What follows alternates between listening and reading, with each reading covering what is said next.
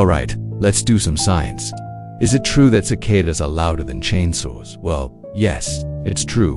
And if you don't believe me, well, check out this video where people measure the decibel levels of various insects, including these cicadas. You'll see that while the average human can only hear sounds above 0 decibels and a chainsaw is already at about 100 or 110 decibels, some cicadas reach more than 120 decibels. That's really loud. But why are they so loud? In this episode, we're going to cover everything you need to know about the cicada's loud buzz and find out why it can sometimes drown out a chainsaw. If you're new here, welcome. We love talking about insects and other creepy crawlies, so make sure to stay tuned for more insect videos. If you haven't already seen our first 2 videos in our 3-part series on cicadas, then make sure to go watch them. We discuss what cicadas are, how long they stay underground, and how many there are in the world. You can start watching right now with the first video linked down below. So if cicadas are able to be louder than a chainsaw, imagine how loud a chainsaw would have to be to drown out their buzz. Chainsaws range between 100 and 110 decibels, but they can get louder than that. In fact, there are chainsaw carving competitions. These competitions aren't your typical lumberjack competitions with people racing against the clock to cut down trees. Instead, competitors try to create carvings by carefully cutting through the wood with a chainsaw without dropping or breaking the chain. Some even use 2 chainsaws at once, one in each hand, to carve detailed pieces of art. I saw a demonstration of this at a home and garden show when I was younger. It was incredible how fast and precise these artists were with their chainsaws, even though they were loud as heck. But the chainsaw noise, even up to 110 decibels, can't drown out some cicadas. But how is it even possible for an insect to create such a loud sound? Their calls are produced by a special organ located on the abdomen of the insect. This organ is called a timbal, which is made of a flexible membrane stretched across a ring of hardened plates. There are no muscles attached to this structure. Instead, the cicada controls the timbal by sucking air into its abdomen and forcing it out with incredible speed and precision. By controlling the amount of air they force out of their abdomen, cicadas can vary the pitch and volume of their buzzing call.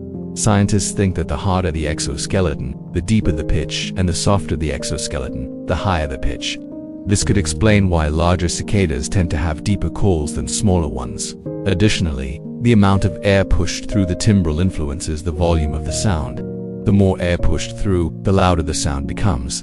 If you're curious about how fast the air has to move to create a loud buzzing call, consider this: the fundamental frequency of the North American dog-day cicada, which is the most common species of cicada, is between 390 and 518 Hz. The speed of sound is approximately 343 meters per second. To calculate the length of a sound wave, we can use the formula wavelength equals the speed of sound divided by frequency. Using the lowest frequency, the wavelength would be around 0.66 meters, which is a bit over 2 feet.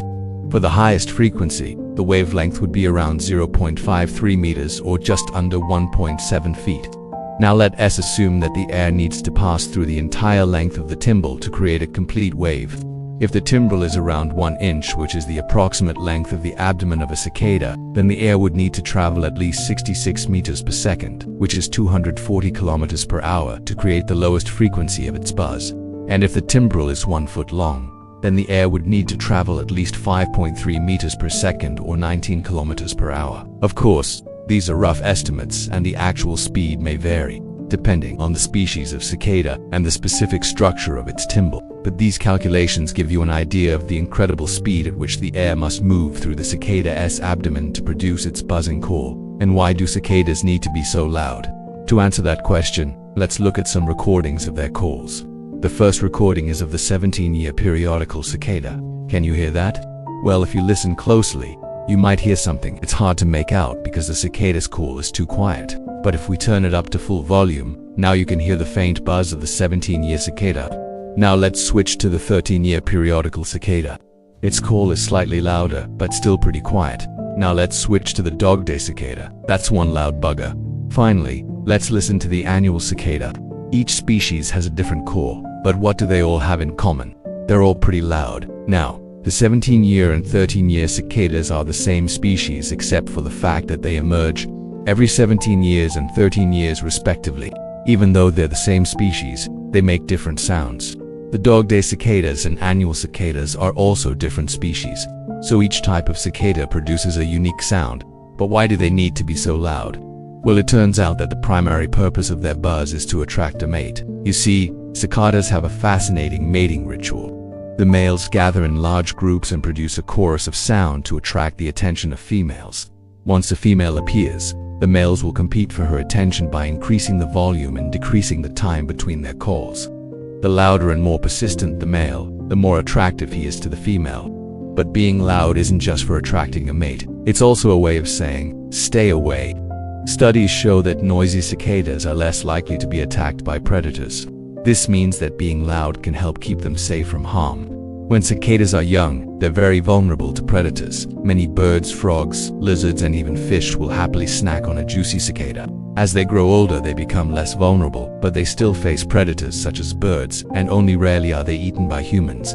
It seems that the loud noises made by cicadas serve two purposes. Like a frog calls out to attract a mate, cicadas make noise to attract a mate and scare off predators. The more attractive and less vulnerable they are, the better chance they have of passing on their genes to the next generation. Now, as you can probably tell, cicadas aren't the only animals that use sound to attract mates and ward off predators. Frogs, crickets, birds, elephants, whales, and even foxes use sounds for similar reasons. Now, some people argue that since they use sound for communication, they should have rights similar to those of humans. In fact, should any animal that communicates using sound have the same rights as humans? Sound is vital for human communication. We use it to express ourselves, share ideas, and build relationships. Without sound, human society as we know it wouldn't exist. So should animals who communicate using sound also be granted the same rights as humans? Should a whale be granted the same rights as a human? What about a frog? Let us know your thoughts in the comments section below. Cicadas are fascinating creatures, and their loud buzzing call is just one example of the amazing adaptations they've developed to survive in our world. Whether you love them or hate them, cicadas play an important role in our ecosystem and are definitely worth appreciating. Speaking of appreciating, if you enjoyed this video, please hit the like button down below. We love making insect videos and we'd love to make more, but we can't do it without your support. Also, remember to subscribe for more awesome insect videos. Thanks for watching, and we'll see you next time.